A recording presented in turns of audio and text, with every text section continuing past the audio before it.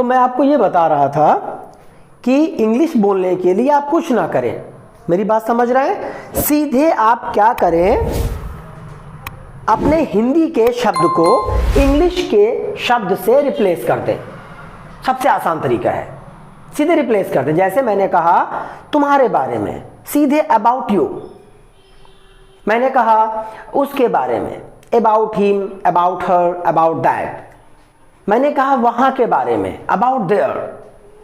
सीधे अपने हिंदी शब्द को डायरेक्टली रिप्लेस कर दें आप इंग्लिश के शब्द से, सीधी सी बात है। मैंने कहा यहां बैठ जाओ, सीधे यहां बैठ जाओ को रिप्लेस कर दें सिट हियर से, सीधे रिप्लेस कर दें। ना ग्रामर, बस थोड़ी सी आपको वर्ड मीनिंग याद करनी पड़ेगी, जो शब्दावली होती है, क्योंकि आपको कोड्स पता होने चाहिए। सारा काम है कोड्स का। अगर आप कोड्स जानते हैं कि किस भाषा में किस चीज को क्या कहा जाता है, आप उस भाषा को आराम से सीख जाएंगे।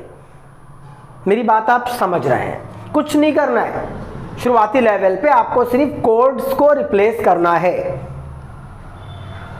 जैसे मैंने कहा कि इसे ले लो, डायरेक्टली टेक इट से रिप्लेस कर दो। इससे मतलब मत रखो कि टेक क्या चीज है, वर्ब है, जो भी है, इट क्या चीज है, इससे आपको मतलब नहीं है। आपको टेक इट बोलना है। आपको बोलना है मुझे अब जाना है, मुझे जाना है, मुझे जाना पड़ता है, आई हैव टू गो।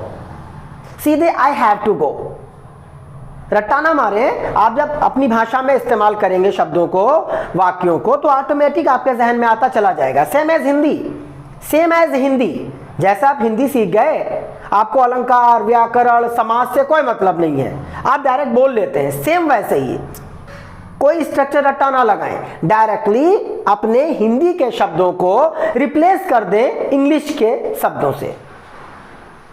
अगर आप हिंदी से इंग्लिश सीख रहे हैं, यही बात और जुबानों पर भी लागू होती है।